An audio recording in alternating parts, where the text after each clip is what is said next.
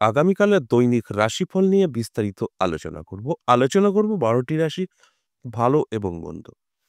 এটা অতি পরিচিত প্রোগ্রাম। প্রত্যেকটা দিন দৈনিক রাশিফল নিয়ে আলোচনা করি আপনাদের অ্যালার্ট করার জন্য। ঠিক প্রত্যেক দিনের মতো আজও চলে আসছি আগামীকাল দিন সম্পর্কে আপনাদের অ্যালার্ট করার জন্যই। আগামীকাল 12 ফেব্রুয়ারি বুধবার, পূর্ণিমা তিথি, মাঘী পূর্ণিমা, অশ্লেষা নক্ষত্র, সৌভাগ্য যোগ, জন্মরাশি কর্কট। এবার আমি 12টা রাশিকে নিয়ে বিস্তারিত আপনাদের আলোচনা করে বোঝানোর চেষ্টা করব। তার আগে আমার সাথে কিভাবে যোগাযোগ করবেন সেই বিষয়ে বলে নিই। নমস্কার, জয় মা কামাখ্যা, জয় মা তারা। যারা সরাসরি দেখা করতে চাইছেন তারা নদিয়া বীরনগর এবং তারাপীঠ পেয়ে যাবেন। আর যারা বাড়িতে বসে আমার সঙ্গে কথা বলতে চাইছেন তাদের জন্যও বলবো এই হোয়াটসঅ্যাপে আসতে হবে, ভয়েস মেসেজ বা লিখে জানাতে হবে আমি বাড়ি বসে আপনার সঙ্গে কথা বলতে চাই। তাহলে এখান থেকে কিছু সিস্টেম প্রসেস আছে, আপনাকে পাঠানো হবে, কমপ্লিট করবেন, আপনাকে 24 থেকে 48 ঘন্টার মধ্যে কল করা হবে। আর যারা সরাসরি আসতে চাইছেন তারা তারাপীঠ এবং বীরনগর দুটো জায়গার যে কোনো একটি জায়গায় সরাসরি এসে দেখা করতে পারবেন। আর কেন আসবেন, কি বিষয়ে আসবেন সেগুলো আপনাদের সকলেরই জানা, তাও আমি আবার একটু বলে নিই। যারা ভীষণভাবে সমস্যায় আছেন, সমস্যা যা খুশি হতে পারে, যোগাযোগ করতে পারেন। যদি মনে হয় মাঝে মধ্যে একটু সমস্যা দেখা দিল আর আপনার আতঙ্কে কোনো অ্যাস্ট্রোলজারকে খোঁজ করছেন, দেখা করবেন, এই ভুলগুলো করবেন না। কারণ আমাদের জীবনে ভালো এবং খারাপ সময় থাকবে। এই ভালো এবং খারাপ এই দুটোকে নিয়েই চলতে হবে। কিন্তু যখন দেখা যাবে খারাপ সময়টা অনেকটাই লং টাইম, তখন কিন্তু আপনাকে কোনো না কোনো অ্যাস্ট্রোলজারের কাছে বা যারা তন্ত্রমতে আপনাদের সমস্যার সমাধান করতে পারে তাদের সঙ্গে দেখা করতে হবে বা আলোচনা করতে হবে। সেটা আমার সঙ্গেও করতে পারেন। কিন্তু যখন দেখবেন অনেকটাই লং, ঠিক তখনই যোগাযোগ করবেন। অর্থাৎ সমস্যা যদি আপনার দীর্ঘদিন থাকে তখন কিন্তু আপনার অবশ্যই কোথাও গিয়ে এর সলিউশন বার করা প্রয়োজন। এবার আসুন আজকের আলোচনা, দৈনিক রাশিফল। এই দৈনিক রাশিফল আলোচনা করার উদ্দেশ্য একটাই, আপনাদের দিন সম্পর্কে জানানো। আপনারা যখন জানতে পারবেন যে কি হতে পারে, ভালো এবং মন্দ উভয়টাই থাকবে, তখন কিন্তু আপনারা সেইভাবে চলতে পারবেন। যখন দেখবেন আপনাদের রাশি অনুযায়ী ভালো কিছু বলা হচ্ছে, তখন দেখবেন খুব দ্রুত গতিতে আপনার জীবনে খুব ভালো ভালো যে সুযোগ, যে সুবিধা সেগুলো আসবে, আপনারা গ্রহণ করতে পারবেন। আর যদি দেখা যায় যে খারাপ কিছু বলা হচ্ছে আপনার রাশি আছে, তাহলে ওই খারাপটা আপনি এড়িয়ে যেতে পারবেন, আটকাতে পারবেন। এগুলো সম্ভব। আমি প্রত্যেকটা দিনই বলি, আমরা যদি জানতে পারি আমাদের নেগেটিভ কিছু, খারাপ কিছু, সেটা আটকাতে পারি। আর যদি আমরা পজিটিভ কিছু জানতে পারি, সেটা কিন্তু খুব দ্রুত গতিতে আমাদের জীবনে এপ্লাই করতে পারি। এগুলো কিন্তু সম্ভব হয়।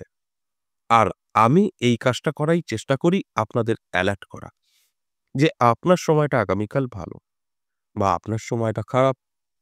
এই ভালো সময়টা অবশ্যই ভালোভাবে এপ্লাই করবেন শুভ কাজে এবং চেষ্টা করবেন, আর খারাপ সময়টা এড়িয়ে যাওয়ার চেষ্টা করবেন। তাহলে কি হলো? খারাপ যে ঘটনাটা আপনার জীবনে ঘটবে না। আর যদি আপনি প্রোগ্রামটা না শোনেন, দেখেন, তাহলে কিন্তু আপনি জানতে পারবেন না। খারাপ দিকগুলো কিন্তু আপনার সঙ্গে ঘটবে। এটাই হচ্ছে আপনার এই আলোচনা দেখার মজা। আপনি বুঝতে পারবেন আপনার খারাপ এবং ভালো সময়টা।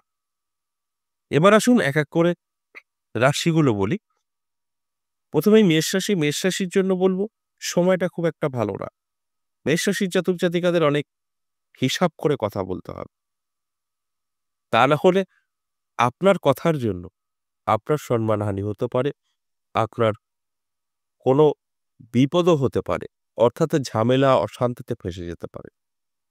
তাই আগামীকাল আপনার বুঝে শুনে কথা বলা উচিত এবং সতর্ক থাকা প্রয়োজন আছে।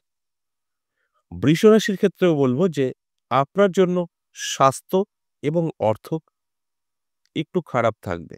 সতর্ক থাকুন, এগুলো এড়িয়ে যেতে পারবেন। আর যদি সতর্ক না থাকতে পারেন তাহলে আমি যে কথাটা বললাম, স্বাস্থ্য এবং অর্থ আপনার প্রবলেম করবে। কিভাবে? দেখবেন হঠাৎ করে স্বাস্থ্যের কোনো প্রবলেম আপনার চলে আসতে পারে। সেটা যেকোনোভাবেই হোক না কেন। ছোটখাটো চোট লাগা, আঘাত লাগা, মচকা বা হঠাৎ করে শরীর খারাপ এবং কিছু অর্থ হারিয়ে যাওয়া, ব্যবসায় মন্দা, এই ধরনের কিছু সমস্যা আপনার আসতে পারে।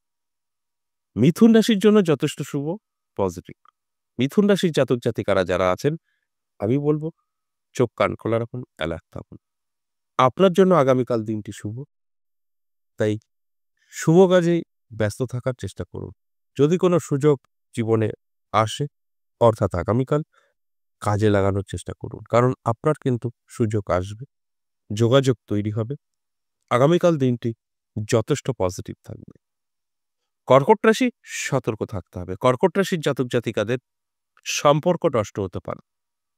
আপনার বিবাহিত জীবনে সমস্যা আসতে পারে। যারা লাভ রিলেশনে আছেন তাদেরও কিন্তু সমস্যা তৈরি হতে পারে।